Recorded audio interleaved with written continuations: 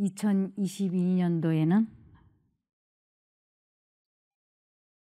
우리 모두가 부흥과 개혁이 일어나는 해로 정해졌으면 참 좋겠다는 생각이 듭니다. 그래서 부흥과 개혁이 일어나야 되는데 그 부흥과 개혁이 일어나려면 반드시 우리가 뜻을 정해야 되고 결심을 굳게 해야 되고 그리고 하나님의 도우심을 받을 때에만 부흥과 개혁이 일어날 수 있습니다. 그래서 먼저는 우리가 죄를 버리기로 뜻을 정하고 끊임없이 예수님을 바라보는 것을 삶의 목표로 정해야 됩니다. 그럴 때야 개혁이 유지될 수 있습니다. 그래서 우리들의 지나간 세월 뒤돌아보면 굽이굽이 어려운 일도 많았지만 감사한 일도 또한 많았습니다. 그런데 이제 내년이라고 하는 2022년이라고 하는 새로운 새해가 주어질 때는 영적인 부흥, 내가 다시는 과거와 같은 삶을 살지 않겠다고 하는 굳은 결심과 하나님께서 주시는 은혜로 말미암아 죄와 싸워서 이기는 귀한 새해가 되기를 기원합니다. 그래서 고통은 사단이 가한 것이며 자비의 목적을 위해 하나님에게 역용당했다고 말씀하고 있습니다. 고통은 사단이 주었다. 즉 사람들에게 질병을 주고 장애를 주어서 하나님을 믿지 못하게 하려고 사단이 역사했지만 하나님께서는 자비의 목적, 그것을 역으로 이용을 해서 하나님께로 돌아오도록 역사하셨다고 하는 것입니다. 내가 무엇이든지 하는 일마다 다 잘되고 부족함이 없이 살았다면 하나님을 찾지 않았을 수많은 사람들이 뜻하지 않았던 사고나 재앙과 질병으로 하나님을 찾고 하나님께 돌아오게 된 사람들이 이 세상에는 수없이 많이 있습니다. 그래서 사람을 괴롭게 하려고 사단이 고통을 주었지만 하나님께서는 그것을 역으로 이용하셔서 우리들을 도와주고 계십니다. 그러므로 우리들이 어려움이 복이 되고 반대로 복이 화가 된 사람들이 있습니다. 아무쪼록 우리들의 새로운 새해가 멋지게 펼쳐지기를 바랍니다. 요한복음 5장은 예수님께서 안식일에 그 예루살렘 양문 곁에 베데스다라 하는 못에 38년 된 중풍병자를 고치신 이야기가 나옵니다. 거기에 38년 된 중풍병자가 그 수많은 환자들 중에서 가장 비참한 사람의 모습이었어요. 그 사람을 예수님께서 찾아가셨어요. 그리고는 내가 낫고자 원하느냐 하고 물어보셨어요. 낫기를 원하는지 원하지 않는 건지 그것도 자유의지에 맡기셨던 것입니다. 그랬을 때 그가 저 못에 연못에 물이 최초로 움직일 때 제일 먼저 들어가는 사람은 병이 낫는다더라고 하는 전설을 믿고 누워 있었습니다. 그러나 거기에서 질병이 나았다라고 하는 사람에 대한 이야기는 기록이 되어 있지 않습니다. 그런데 그 사람에게 예수님께서는 이것저것 말씀하지 않으시고 내 자리를 들고 걸어가라고 말씀을 하셨어요. 우리들이 환자들을 방문 갔을 때 그러죠. 빨리 자리 걷고 일어나십시오. 이 자리를 걷고 일어나십시오. 이것은 빨리 완쾌가 되십시오라는 뜻이죠. 그래서 예수님은 그 38년 된 움직이지 못하는 중풍병자에게 내가 오늘 너를 만났으니 내가 원한다면 내가 너를 완쾌시켜 주겠다라고 하는 제안이었어요. 그런데 그 사람은 그 말뜻을 알아듣지 못하고 저 물이 움직일 때 제일 먼저 들어가는 사람이 나을 것이라고 대답을 했지만 그는 낫기를 소원하는 것을 그렇게 표현했기 때문에 예수님께서는 자리를 걷고 일어나라고 말씀을 하실 수가 있었던 것입니다. 근데 사람이 그때 그곳에 너무 많았어요. 사람이 너무 많았기 때문에 예수님은 그 사람에게 자리를 걷고 일어나 걸어가라고까지만 말씀을 하시고는 자리를 피하셨어요. 그러고 그 사람을 다시 만나러 오셨어요. 왜냐하면 병만 고쳐주고 말면 그 사람은 그 후에 또 다른 질병이 생길 수 있기 때문에 그 사람에게 주의를 주기 위해서 다시 만나러 오셨던 것입니다. 요한복음 5장 14절입니다. 그 후에 예수께서 성전에서 그 사람을 만나 이르시되 보라, 네가 나았으니 더 심한 것이 생기지 않게 다시는 죄를 범치 말라 하시니. 보라, 이것은 내 말을 아주 주의 깊게 들어야 돼, 이런 뜻이에요. 보라, 아주 내가 하는 말 잘 귀담아 듣고 마음에 새겨야 돼, 그러시면서 내가 나았으니 더 심한 것이 생기지 않게 다시는 죄를 범치 말라 하시니. 내가 지금 나았다고 방심하면 더 심한 것이 생길 수 있어. 그렇기 때문에 다시는 죄를 범치 말라고 주의를 주시는 것입니다. 그런데 사람들이 이 더 심한 것, 그러면 어떻게 이것을 해석하려고 하느냐면 이렇게 해석을 하려고 합니다. 이 병이 고쳐졌으니까 가서 옛날 사고방식과 생활방식으로 돌아가면 재발할 것이라고 오해를 하는 것이에요. 재발할 것이다, 전이가 될 것이다, 이렇게. 그런데 그런 의미로 하신 말씀은 아니라고 하는 것입니다. 여기 더 심한 것이라고 해서 이렇게 말씀하십니다. 이것은 그 사람이 이전에 경험했던 것보다 더 심한 질병이 재발하는 것으로 이해될 수 있는데 그가 오랫동안 고통당했던 만성적인 질병 대신에 급성 질환에 걸리는 것을 가리킬 수 있다 그랬어요. 이미 한 번 고침을 받아서 나았던 것이 재발하는 것이 아니라 또 다른 질병으로 급성으로 생겨날 수 있다라는 의미인 것입니다. 그래서 만성적인 질병 대신에 급성 질환에 걸리는 것을 가리킬 수 있다. 그러나 이 성경절에서 질병은 그 질병에 걸린 사람 측의 죄악적인 생애에 대한 하나님의 형벌이라든가 죄된 생애에는 질병이 꼭 따르게 된다는 결론을 이끌어내서는 안 된다. 죄악적인 생애를 산다고 해서 하나님이 벌로 질병을 준다든지 그런 생애에는 질병이 꼭 따라다닌다라고 생각하지 말라고요. 그렇게 오해하지 말라고요.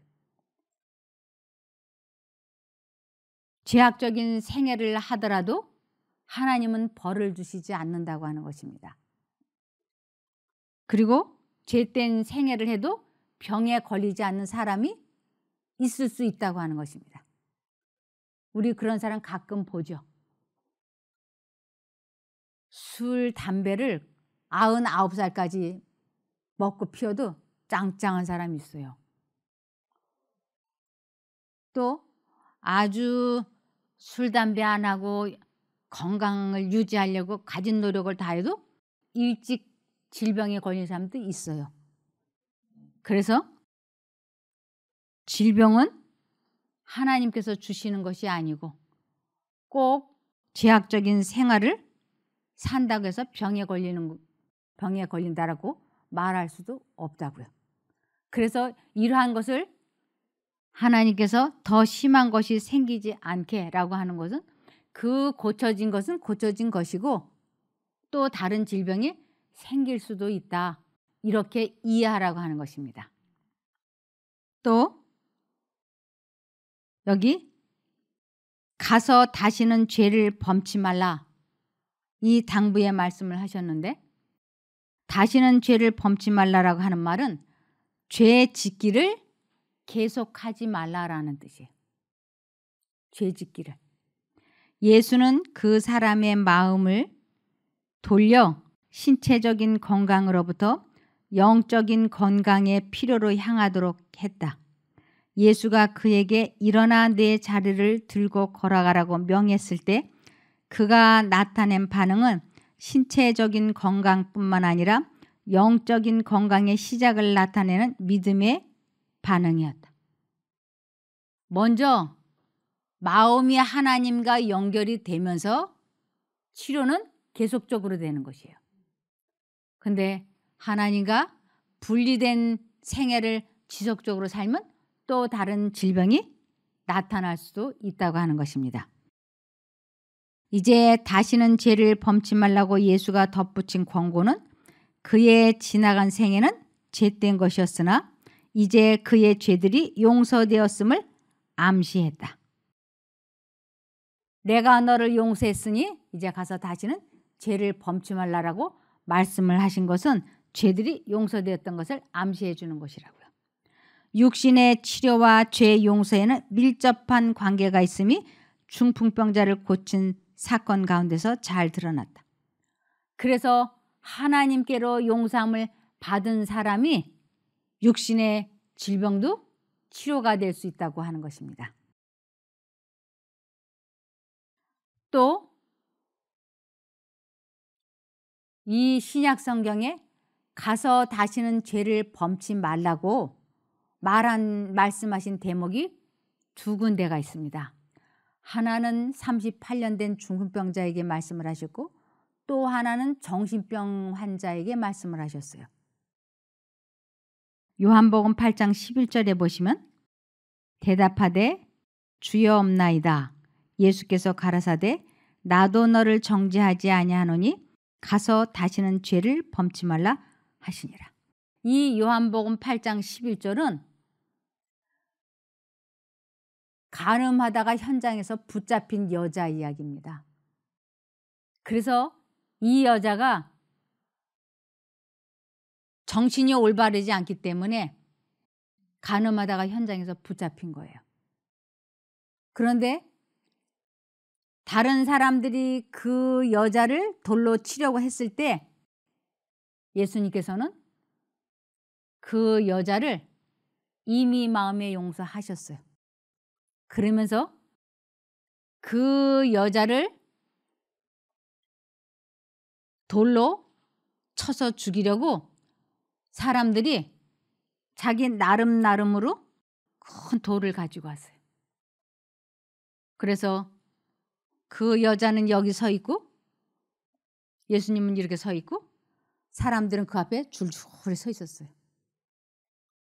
근데 예수님은 사람들의 생애를 꿰뚫어 보시는 분이셨어요. 그분 자신이 하나님이셨기 때문에. 그래서 그 맨 앞에 서서 유독히 큰 돌을 들고 돌로 치라고 하면 바로 그 여자의 머리를 치려고 준비하고 있는 남자의 얼굴을 이렇게 쳐다봤어요. 예수님께서는 그 사람의 이름을 쓰지 않으셨어요. 그런데 말씀에는 그들의 죄가 기록이 되었다라고 나와 있어요. 그리고 사람들은 자기의 죄를 폭로하시지 않는 것을 감사히 생각했어요. 이렇게 이거는 어디까지나 제가 예화를 드는 것입니다. 이렇게 쳐다보고 그 사람의 죄를 꿰뚫어 보신 거예요. 예를 들면 홍길동이가 회사의 금고에 가서 1,000만 원을 12월 25일 날 훔친 것이 있어요. 근데 아무도 몰라. 그것도 자그마치 2년 전 얘기니까 아무도 몰라. 그런데 바닥에 2019년 12월 25일 노란색 금고 1,000만 원. 이렇게만 써놓으면 다른 사람은 이게 무슨 말인지 전혀 몰라요. 근데 본인은 심장이 뛰겠죠. 그런데 주님께서 얼굴을 이렇게 쳐다보면서 죄 없는 자가 먼저 이 여자를 돌로 치라 그랬어요. 그 사람은 아무도 자기 죄를 모르는데 이 예수님만큼은 내 죄를 정확하게 알고 계신다고 하는 걸 알았어요. 그리고 거기에다가 홍길동이라고 이름을 쓰지 않고 그렇게만 써준 것을 보면서 자기의 죄를 폭로하지 않는 것이 감사해서 그 돌을 옆에다 슬쩍 떨어뜨리고는 사라져 버렸어요. 그러니까 그 뒤에 서 있던 사람이 뭐야 왜 그래 그 순간 예수님의 손바닥이 그 죄를 싹 지워버리셨어요. 예수님의 손바닥에 못자죽이 있는 것이. 사람의 죄를 지적할 수 있는 분은 예수님이세요. 그리고 그 죄를 손바닥으로 덮어버릴 수 있고 지워버릴 수 있고 용서해 줄 수 있는 분은 예수님이신 거예요. 손바닥으로 그 죄를 싹 지우고 뭐야 하고 쑥 나오는데 예수님은 그 사람의 얼굴을 보니까 이 사람이 남의 집 소를 한 마리 훔쳐다가 팔아먹은 적이 있어. 그 소 한 마리가 200만 원이었어. 아무도 몰라. 그것이 추석날 전날이었어. 그것을 예수님이 김갑돌이 얘기였는데 갑돌이 얘기를 바닥에다 쓰는 거예요. 2020년 8월 15일 노란 황소 200만 원 이렇게. 그럼 뭐야 하고 쓱 나왔는데 자기의 죄의 기록이 써 있는 거예요. 그러자 예수님께서 죄 없는 자가 이 여자를 돌로 치라 그래요. 자기 죄를 아무도 몰라. 예수님은 알아. 그가 그 돌을 가지고 뒤돌아갔어요. 그 뒤에 있는 사람이 왜 그래 도대체 뭔 일이야? 고개를 쓱 내니까 또 예수님이 손바닥으로 싹 지워주고 그 다음 사람. 그렇게 해서 다 떠났어요. 이 여자는 자기 머리에 돌멩이가 날아와서 언제 자기가 죽을라나. 그리고 눈도 못 뜨고 조마조마조마 하고 있는데 갑자기 주위가 고요한 거예요. 그래서 눈을 뜨고 보니까 아무도 없고 자기하고 예수님만 남은 거예요. 그래서 예수님께서 너를 정죄한 자가 어디 있느냐라고 물어보니까 요한복음 8장 11절에 대답하되 주여 없나이다. 눈 떠보니까 자기를 죄인이라고 돌로 칠 수 있는 사람이 주변에 지금 아무도 없는 거예요. 그러니까 그 여자가 주여 없나이다. 그랬더니 예수님께서 가라사대 나도 너를 정죄하지 아니하노니 나도 너를 죄인이라고 하지 않을 터이니 가서 다시는 죄를 범치 말라 하고 말씀을 하시는 것이에요. 가서 다시는 죄를 범치 말라. 그녀에게 가장 필요한 것이 무엇이었냐면 예수는 그녀에게 가장 필요한 일, 즉시 죄를 버리는 것을 지적해 주었다. 그 여자에게 제일 필요한 것은 죄를 버리겠다고 뜻을 정하는 것이었어요. 회개는 정직하고 진실해야 한다. 회개라고 하는 것은 죄를 깨닫고 그 죄를 완전히 버려서 하나님의 도우심으로 그 죄를 다시 짓지 않는 것을 회개라고 하는 것입니다. 그래서 회개는 정직하고 진실해야 한다. 그녀는 자신의 죄를 슬퍼해야 할 뿐만 아니라 그것으로부터 돌아서야 한다. 내가 잘못했어. 그건 나쁜 짓이야. 라는 느낌이나 말이나 공언이나 소원에 지나지 않는 회개는 하나님 보시기에 전혀 무가치하다 그랬어요. 그 죄 참 내가 잘못해서 지으면 안 되는데 이제 다시 그러지 말아야지. 이런 식으로의 회개는 회개가 아니라고 하는 것이에요. 죄로부터 완전히 돌아서는 그것이라 되는 것입니다. 악행을 그치고 그의 죄에서 돌아서기 전까지는 참으로 회개한 것이 아니다 라고 하는 것이에요. 내일이면 12월 31일 마지막 날이. 우리 모두는 하나님께 우리의 죄를 기억나고 생각나게 도와주시라고. 그리고 주님께서 생각나고 기억나게 해주시면 그 죄를 내가 다시는 짓지 않을 수 있게, 죄를 버릴 수 있게 도와달라고 진심으로 정직하게 기도하라고 하는 것입니다.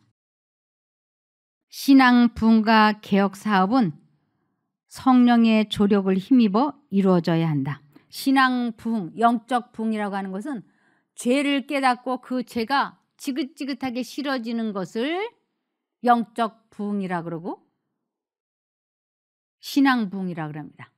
그러면서 개혁이라고 하는 것은 그 죄를 버리는 행위를 하는 것을 개혁이라 그래요.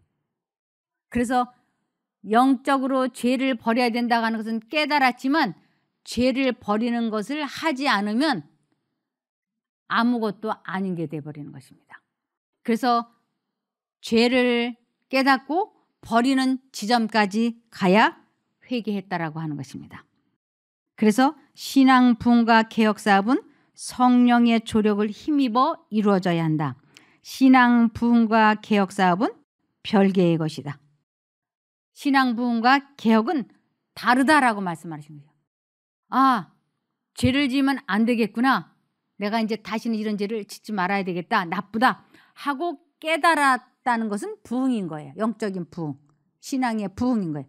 그런데 그것을 이제 다시는 그 죄를 범하지 않겠다고 행동으로 안 짓는 것을 행동으로 나타내 보이는 데는 또 다른 힘이 필요한 거예요.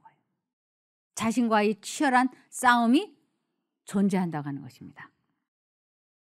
신앙 부흥이란 영적 생애를 소생 및 부흥시키는 것이며 정신력과 마음의 힘을 일깨워주고 영적 사망에서 부활하는 것을 의미한다.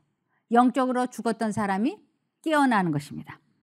그래서 죄를 끊어버리기로 지연하는 것은 대단히 어리석고 위험한 것입니다.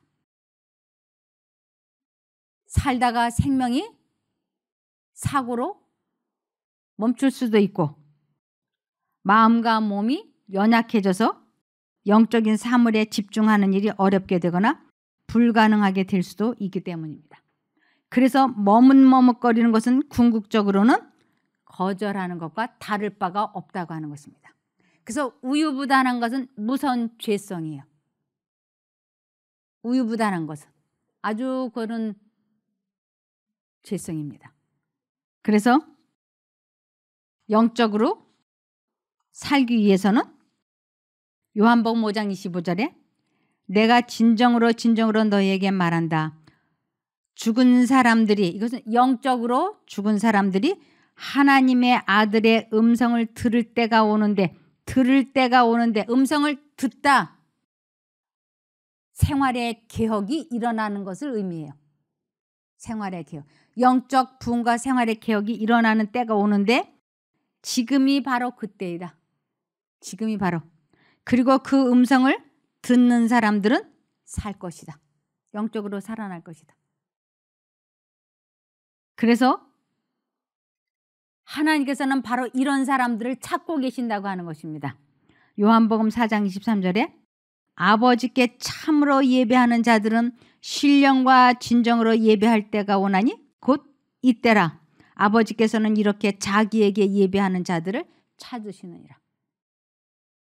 하나님과 내가 하나가 되어서 신령과 진정으로 죄와 싸워서 이기는 그것을 영적 예배라 그러고 이런 사람들을 하나님은 찾으신다고요.